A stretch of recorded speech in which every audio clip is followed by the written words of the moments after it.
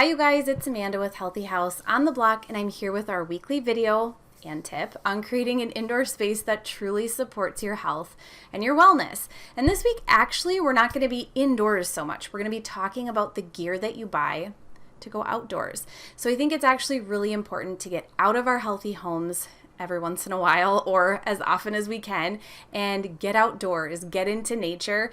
Even though we've created a really healthy environment at home, we still need to get outside of it to reap the benefits and support our health and wellness in nature. So when we're outside, a lot of times what we have to purchase for gear needs to be repellent to moisture and it needs to be water resistant.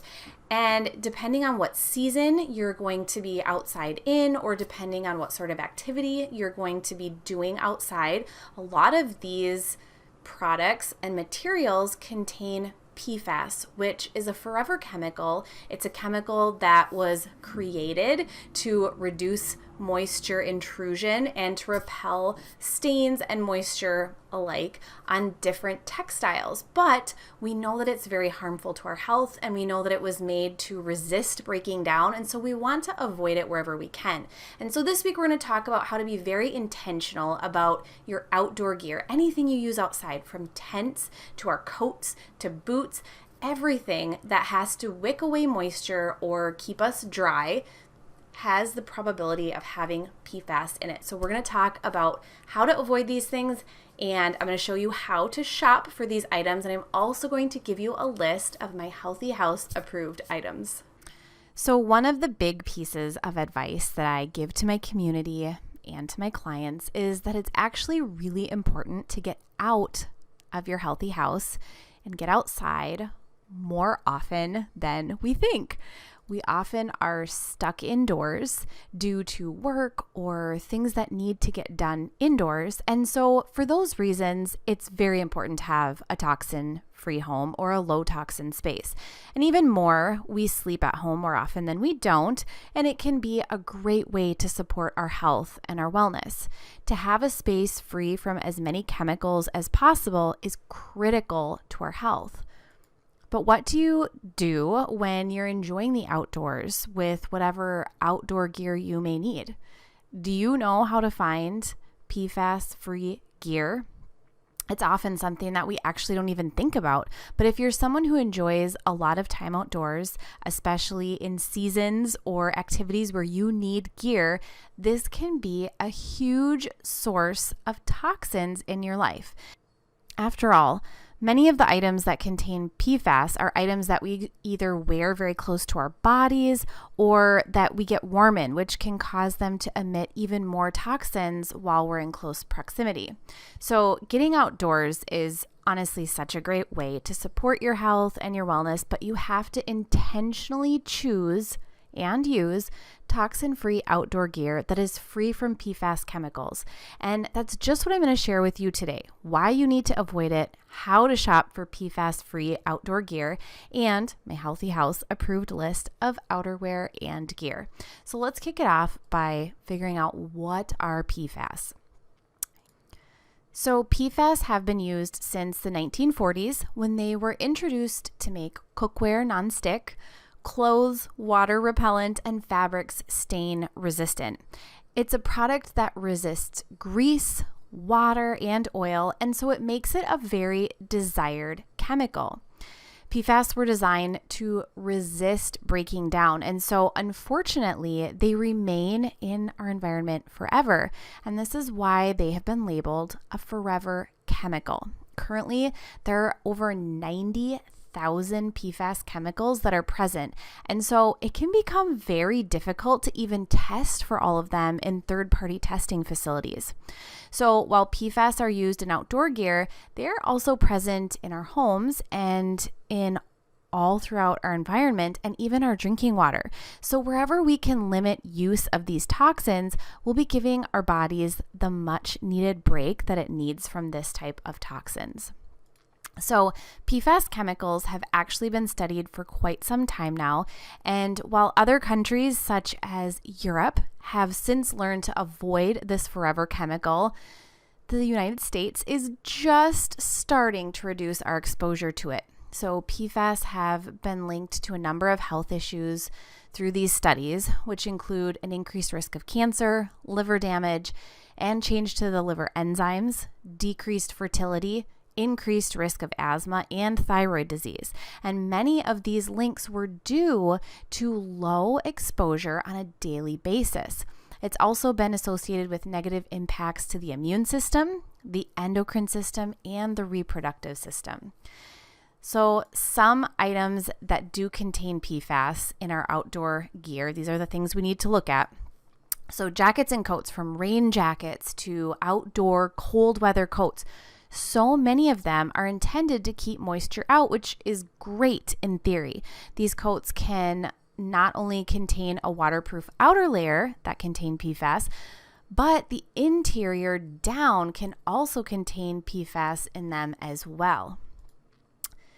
Boots, such as hiking boots or rain boots and even winter boots alike, can all contain PFAS as they try to get the product as waterproofed as possible. Children's backpacks and hiking backpacks often contain a coating on them to keep moisture out of the interior of the backpack. And sometimes this coating is made with PFAS to repel the moisture and to repel any stains. Hats and gloves are another place that you can look. Anything that is meant to keep water out is an item that could potentially contain toxins. As well, anything with a moisture wicking technology or a quick dry technology should be looked at more closely as well.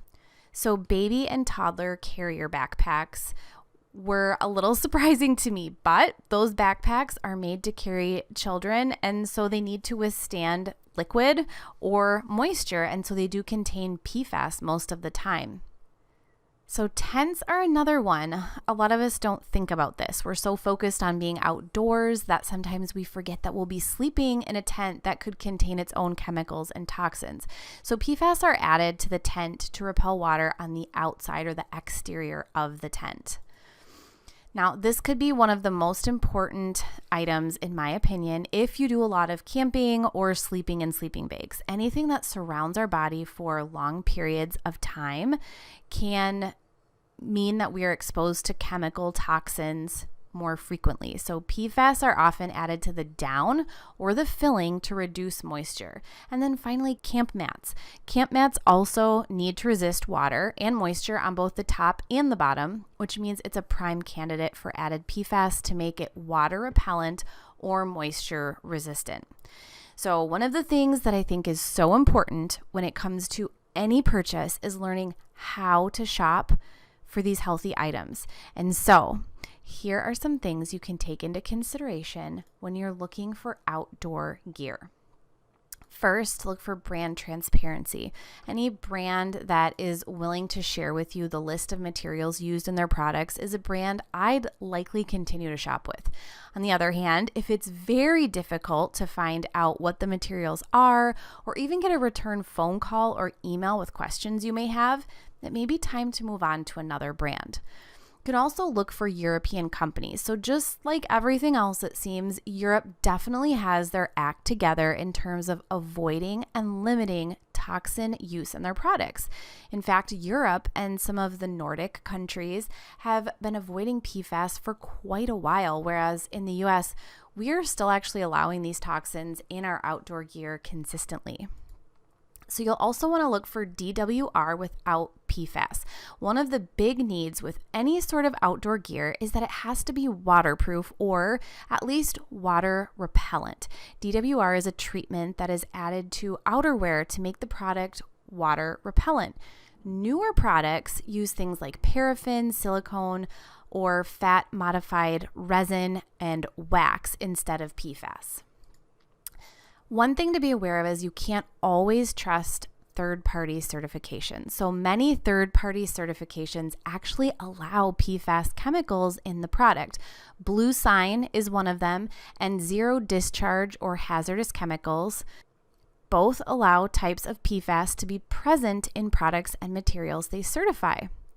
Ecotex tests for only 30 of the 90,000 PFAS chemicals, but that means that the majority of those chemicals could still be present even if it has that certification. And then finally, look for natural materials. Wool is an excellent insulator and is naturally resistant to moisture. And so finding products that use things like wool, cotton, natural wax coating, etc. can be a great way to find a product that is low toxin in nature. You can also look for natural rubber and 100% organic latex when you're looking for items that are waterproof. So let's take a look at my Healthy House approved outdoor gear picks over on the website.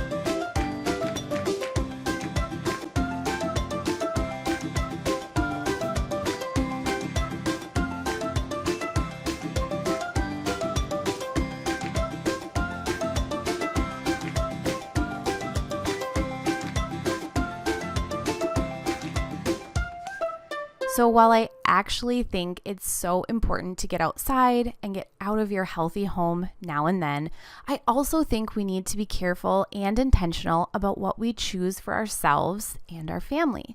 PFAS are in so many areas of our life and environment that reducing them in any way is going to give your body the relief that it needs. Thank you so much for being here. I hope you will subscribe to my channel because I am here every single week with Healthy House tips and ideas to really create a space at home that supports your health and wellness.